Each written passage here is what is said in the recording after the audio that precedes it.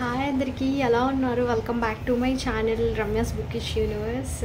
ఒక బుక్ చదవడం అంటే వర్డ్స్ని అబ్జర్వ్ చేయడం కాదు, కానీ యానోటేట్ చేయడం అంటే ఆ వర్డ్స్కి రిప్లై ఇవ్వడం. ఈ బుక్స్ యానోటేట్ చేయడానికి నేను highlighters and sticky notes use చేస్తాను. హైలైటర్స్ నేను నాకు నచ్చిన lines and emotional lines, quotes అన్నీ ఈ హైలైటర్స్తో అండర్లైన్ చేస్తాను.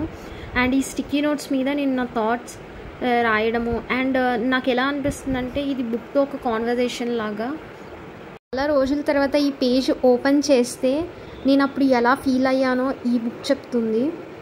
అండ్ ఆ మూమెంట్లో నేను ఎలా థింక్ చేశానో అన్నీ నాకు గుర్తొస్తాయి.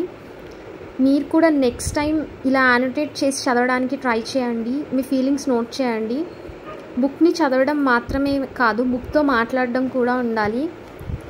అండ్ మీ ఎక్స్పీరియన్స్ నాకు కమెంట్స్లో షేర్ చేయండి. Thank you.